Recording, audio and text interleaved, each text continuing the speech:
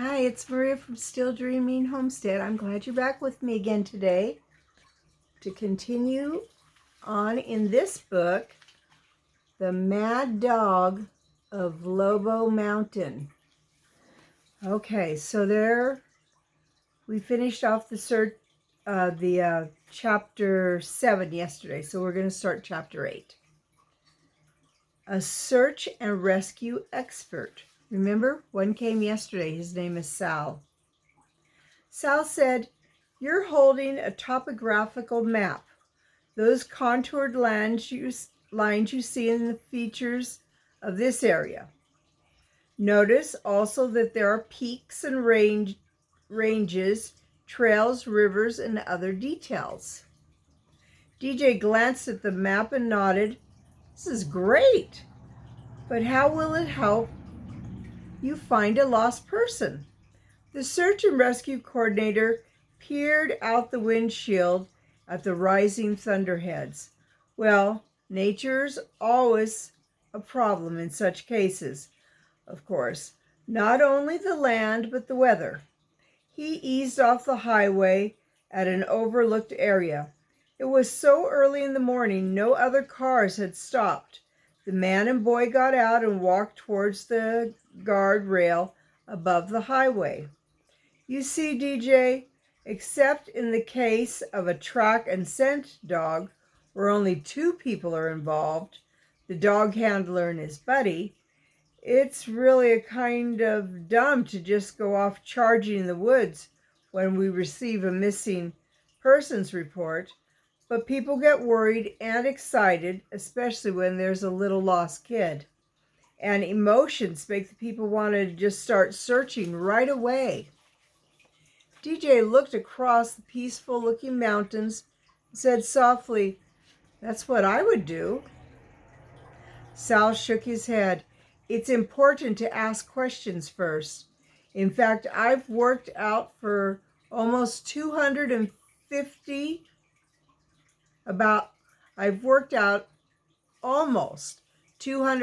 questions that should be asked before anyone starts off, except the dog handler and his assistant." "Isn't that a waste of time?" "I don't think so. The more information we can gather early on about the missing person, the better chance we have to find him. From statistical probabilities based on thousands of searches across the county, we know a lot about what a lost person is likely to do." "Oh?" "For example, a lost person generally travels downhill because it's easier. However, in the case of a hunter, he'll often set out across country, while a fisherman will tend to stick to the streams." "But what about a little lost boy?" 3/4 of the time, when a kid is over 6 years old, like this Roger Spink's kid, he won't go more than 4 miles downhill or 2 miles uphill." DJ looked at the panorama spread across below. "You mean that little kid is almost surely somewhere within 2 to 4 miles of here?" "Very little doubt at all, DJ. Though once we found one who'd traveled nearly 7 miles. What I wish people, especially kids, would do when they realize they're lost is just sit down and wait. Pick a tree, trees are friendly, and stay with it. We'll find them if they stay put. As for the questions, well, maybe one witness saw the victim over to the west, and we start the search there. But if we ask enough questions, maybe we'll find another witness who has seen the person later, and that was to the east. By asking enough questions, and the right ones, we're saving valuable time. We keep asking questions even when we're looking. A good place to do that is at trailheads where hikers come in from various directions. That way we keep narrowing our options down until we can pinpoint the most likely area where the lost person is found. Then you use this map? DJ guessed. Sal looked at the map from the boy, took the map from the boy and spread it out flat on the guardrail. Look at the map and then follow where I point, and you'll see how well it works. See Devil's Point there across the campground below by the road? Across that highway, we have Lobo Mountain, rising up steeply with a pass through it called Saddleback Ridge. Lobo Peak Fire Lookout Station is there to the left. Off to the east is Lake Tahoe, where the storm clouds are building up. Sacramento's to the west in the valley. DJ was surprised how easy it was to read the topographical map. He could make out everything. Miss Sal mentioned DJ was studying only a few square miles on the map, but the area was rugged and primitive with lots of brush and timber. Hero was in there somewhere. So was another dog that likely had rabies and looked like Hero. Sal spoke again. We're limited in asking questions because so many people left when they heard about the possible rabbit dog in the area. So I drove up here to take a look of the whole place and compare it with my topographical map before making an educated guess where the boy might be. I'd say the scent dog is working in the wrong area. DJ frowned.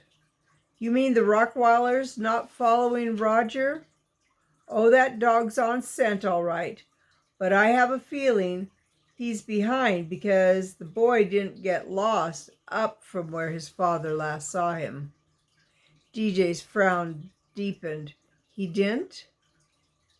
No, I believe the boy came back to camp, crossed the highway toward Lobo Mountain, away from Devil's Point.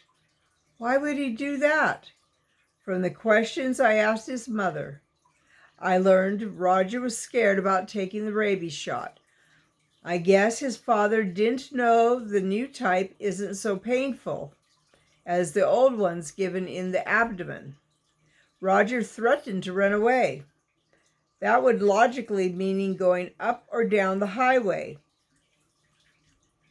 either toward Sacramento or up to Lake Tahoe. Then he got lost, not before. But wouldn't someone have seen him if he were on the highway? I mean, he's so little. Someone did see him. I found out that in asking questions. The California Highway Patrol had a report of a little kid walking along the roadway towards Lake Tahoe. What happened? When the officer got there, there was no sign of the child. DJ frowned. Roger could have been picked up by someone or kidnapped or even hurt and left by the side of the road. Or he could have taken off into the brush. Why would he do that? He might have seen the California Highway Patrol unit and hid because he was afraid.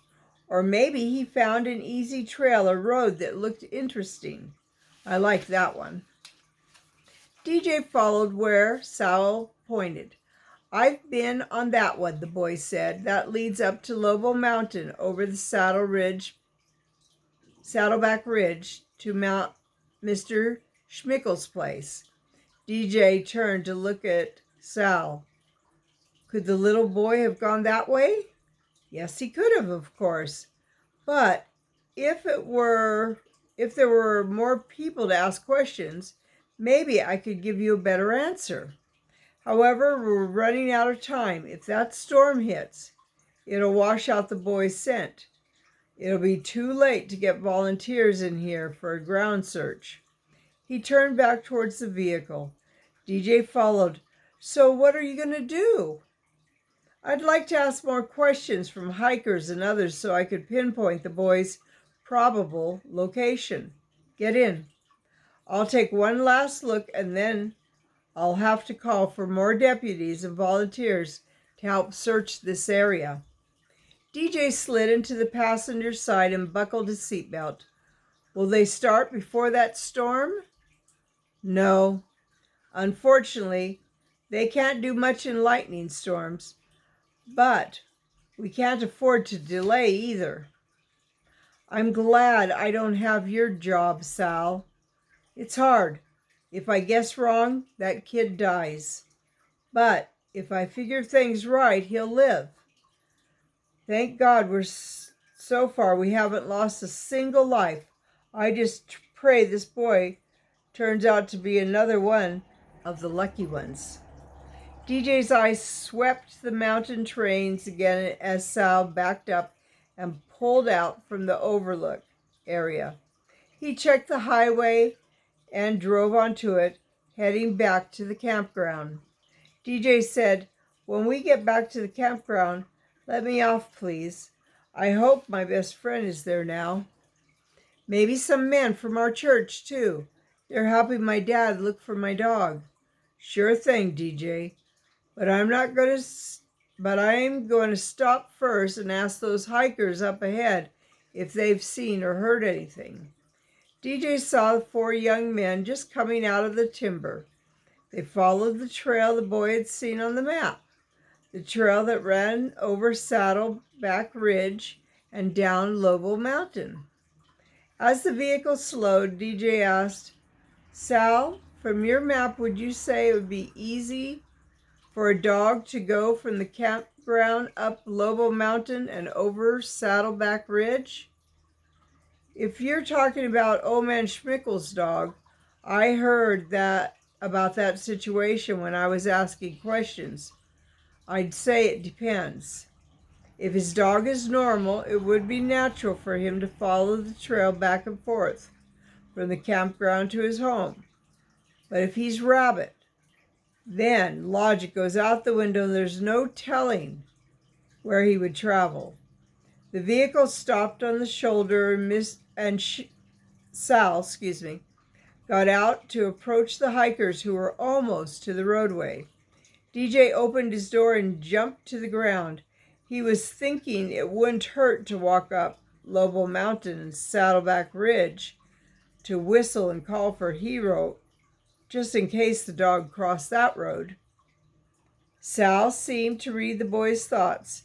"If you're thinking of looking for your dog alone on that foot, I'd forget it.